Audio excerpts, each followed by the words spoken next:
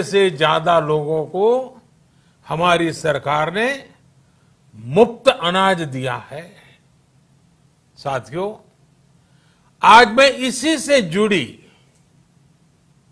एक महत्वपूर्ण घोषणा करने जा रहा हूं।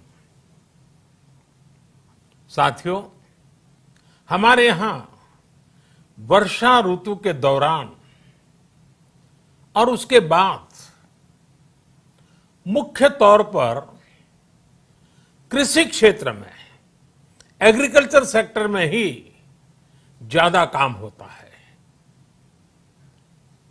अन्य दूसरे सेक्टरों में थोड़ी सुस्ती रहती है। जुलाई से धीरे धीरे त्योहारों का भी माहौल बनने लगता है।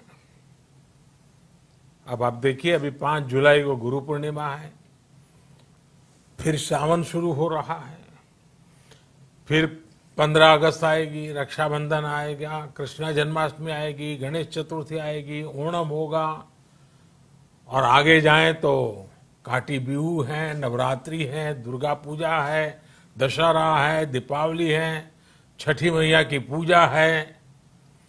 त्योहारों का ये समय जरूरतें भी बढ़ाता है, खर्च भी बढ़ाता है।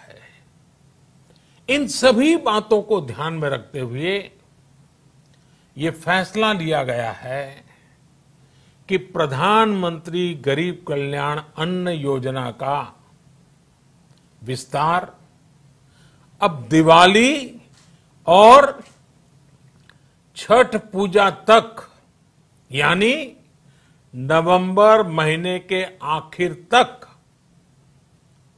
कर दिया जाएगा। यानी 80 करोड़ लोगों को मुफ्त अनाज देने वाली ये योजना अब जुलाई, अगस्त, सितंबर, अक्टूबर, नवंबर में भी लागू रहेगी।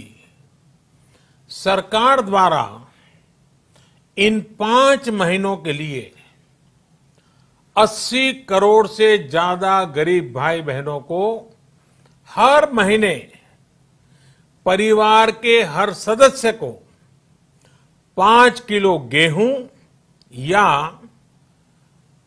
5 किलो चावल मुफ्त मुहैया कराया जाएगा। और साथ ही प्रत्येक परिवार को हर महीने 1 किलो चना भी मुफ्त दिया जाएगा। साथियों, प्रधानमंत्री गरीब कल्याण अन्न योजना के इस विस्तार में 90,000 करोड़ रुपए से ज्यादा खर्च होंगे। और अगर इसमें पिछले 3 महीने का खर्च भी जोड़ दें तो ये करीब करीब 1.5 लाख करोड़ रुपया हो जाता है। अब पूरे भारत के लिए हमने एक सपना देखा है। कई राज्यों ने तो बहुत अच्छा काम भी किया है। बाकी राज्यों पर भी हम आग्रह कर रहे हैं कि इसको काम को आगे बढ़ाएं। और काम क्या है? अब पूरे भारत के लिए